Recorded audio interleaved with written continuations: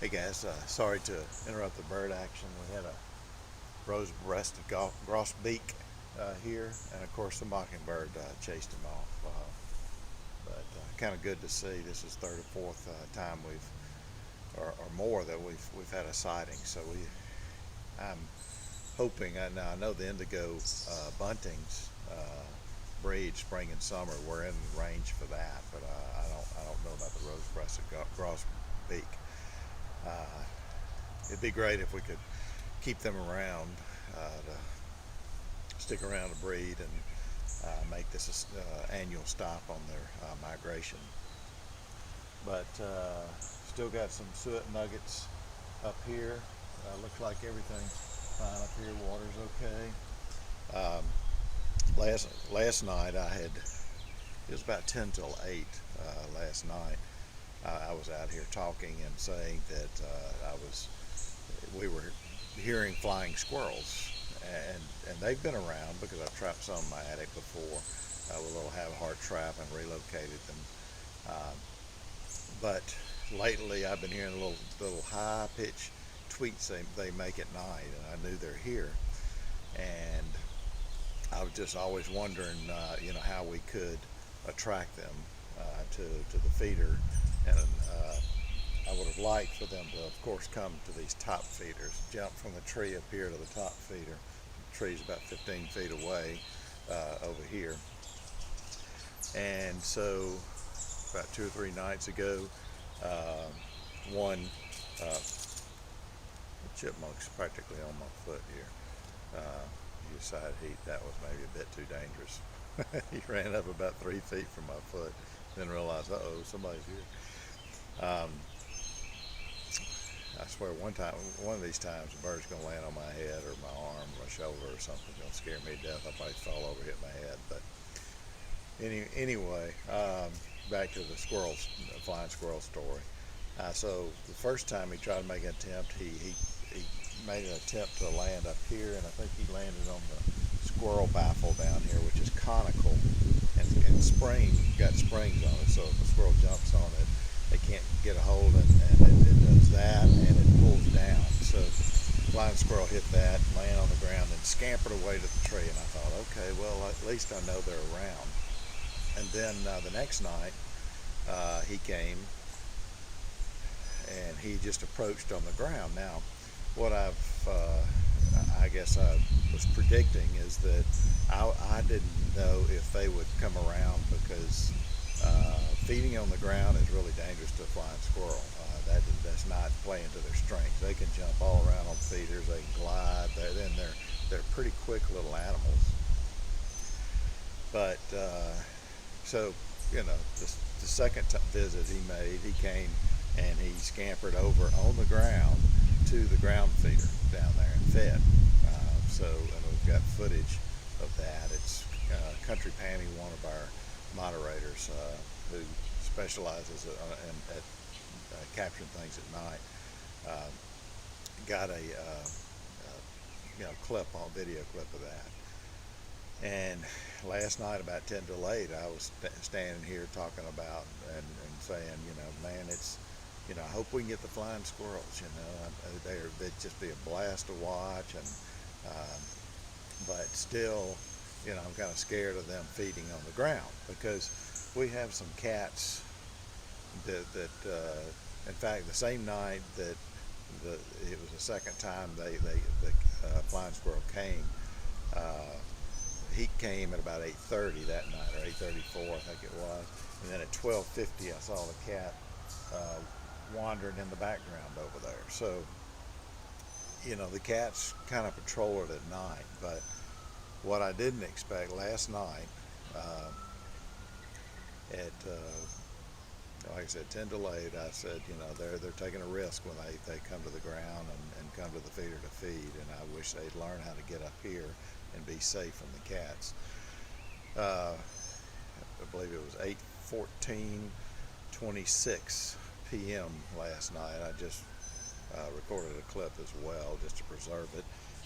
The flying squirrel comes out and starts feeding from the feeder, and about 2 seconds later, a cat goes flying across and grabs that flying squirrel, and then not only that, the and caught the flying squirrel off camera, and then walked the flying squirrel across in front of the lower camera, just kind of like show us what he'd done and what he caught, and saw that flying squirrel. I know it's a part of nature, and only the fittest survive, and the cat's got to eat. But the cat's, eats at home. He's fed. He's one of my neighbor's cats. I know the neighbor.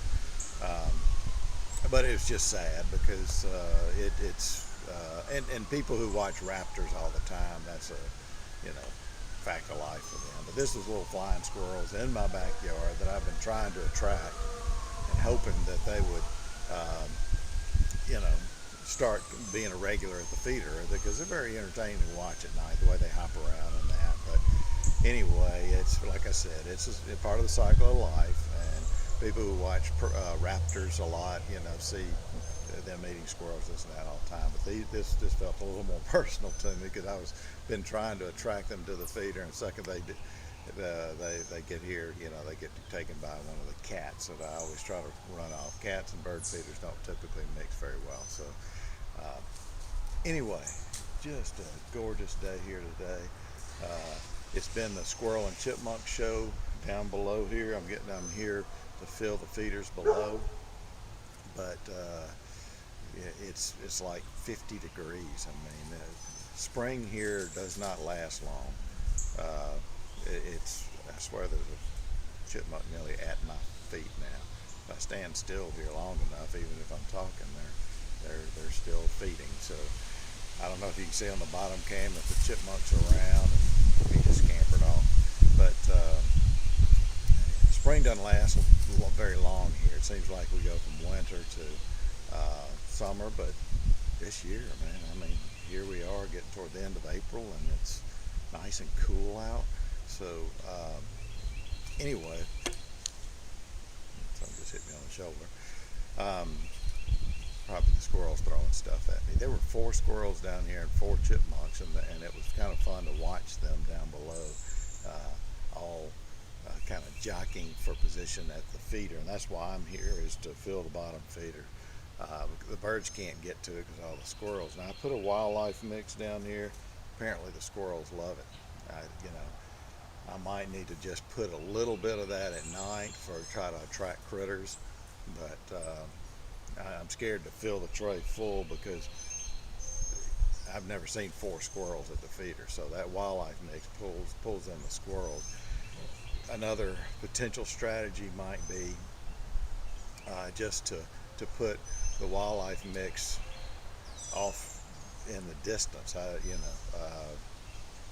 Maybe one of these trays a little bit in the distance, and that would probably work. I'm sorry, I'm kind of distracted. There's chipmunks at my feet. So if you look on the lower cam and see chipmunks wandering around, I kind of like this. I mean, it's kind of funny that I wish the birds would kind of come and feed while I'm standing here too.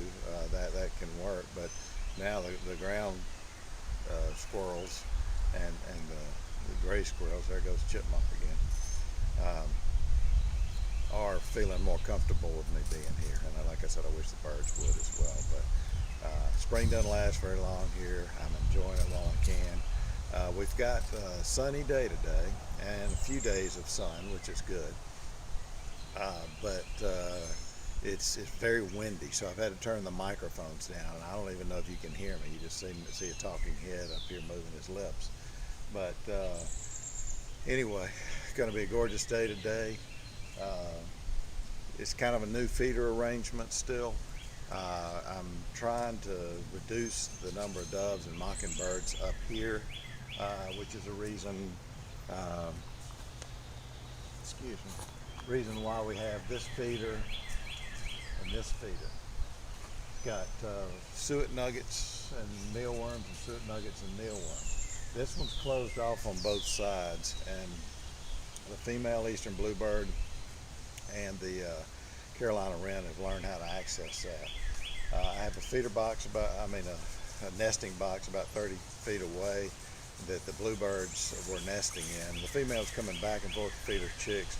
but I think the chicks are now fledglings, and they're out of the nest, because I have not seen as much of the female bluebird, and she's not. I hadn't seen her at the nesting box, so I was hoping to film that. I've got her and the male coming up to the box and feeding the chicks, sticking their head in the hole.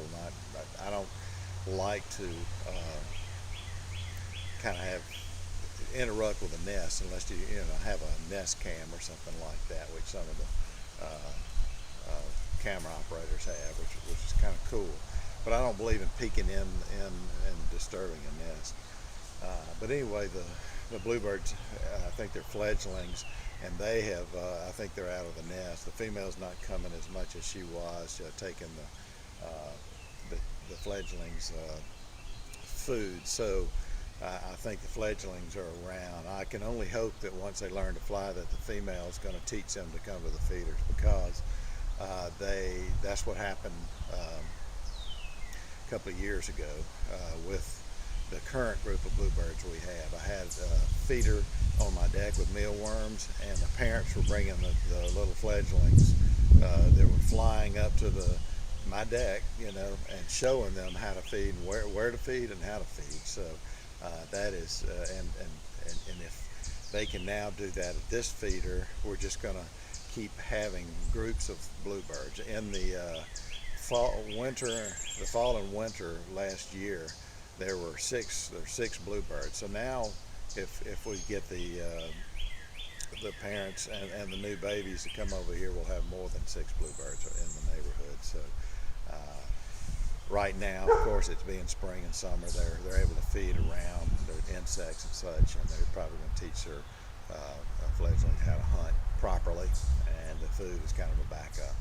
But I also need to check, see if we've got enough mealworms in the feeder up there. I can see some in here, but I need to check the back of both of those. So I brought some mealworms to add to that.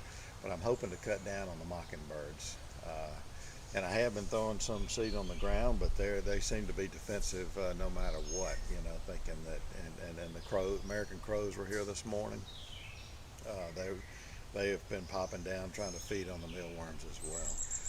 And hear that little, I don't know if you can hear that right there. I think that is a little baby bird. Probably in the bushes over there. Might be one of the bluebirds. I'm used to kind of hearing that when the mockingbirds have babies too. That's why if you've been watching this cam for a while, you've seen one of the mockingbirds, which has to be the female, has been gathering a number of mealworms in her beak and flying off, as was the female eastern bluebird. So anyway, so both the mockingbirds and the bluebirds I know have babies. Now I've seen a pair of tufted titmice here as well, but I don't know if they have babies or not. I do see them carrying off suet balls, but I don't really see them, with mealworms. But they're kind of more omnivores than the eastern bluebirds and the mockingbirds. Anyway, I hadn't seen the hummers lately. Might need to change out the feed. The nectar in this is getting a little cloudy. That one looks okay. But anyway, let me get to feeding, filling these trays, not necessarily filling, but kind of refilling.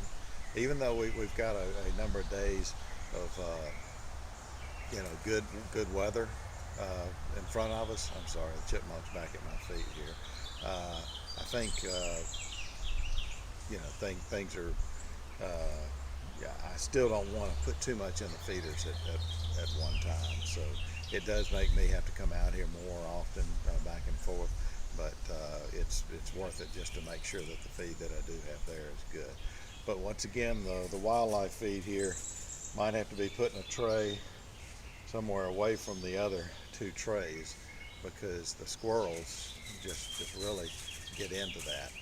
And either that, or me just put a very little bit in it just for attracting nighttime critters, and then the squirrels can eat kind of a little bit away from camera. Because I think with 4 squirrels and 4 chipmunks, the birds are intimidated trying to feed on the ground below in these feeders.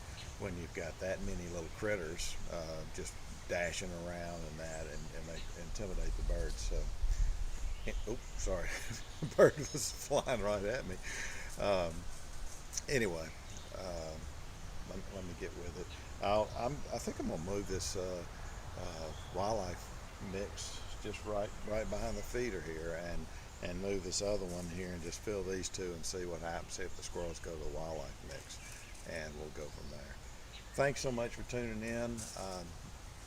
Last night I pulled up my channel, and only one live stream is showing up, and that's the one below. And I'm just wondering, why is YouTube doing this? You know, there are this live stream and the one below, but only the one below is showing up. So consequently, I applaud whoever is viewing this now, because trying to find this feed is very difficult. YouTube is not, I don't know what kind of games they're playing, but I've had people, somebody Facebook messaged me from the UK saying, hey, we find it nearly impossible to find your feed, your stream, and so YouTube somehow has made it somewhat invisible. So I applaud you people, you folks, and good viewers who go to the time and effort to find it. And one way to do that is to subscribe to it, and then see if you can still get to my channel and locate it that way. But they sure make it difficult, and I think it would be a whole lot better if they would turn it on, and because we're trying to build a subscriber base here to try to inform folks what works and what doesn't work, and give some tips on the channel. And for some reason YouTube's just not in favor of that, or they changed an algorithm, and because this feed was on for a while, it dropped off late March, and then it popped up again in mid-April, and then it dropped off about 2 or 3 days later. So once again, thank you so much for tuning in. Please subscribe. It's an easier way to get back here, and I need to do some more filming and add some more content, but I've been kind of busy with the channel and some of its challenges with YouTube, so putting in complaints every day. Let me get to work here so you can watch the birds. That's what you came here for, not to hear me ramble on. So thank you. Have a great day. Good morning, good afternoon, good evening, wherever you are, and God bless. It's just a gorgeous day. Each day is pretty that the Lord gives us. Thank you. Bye.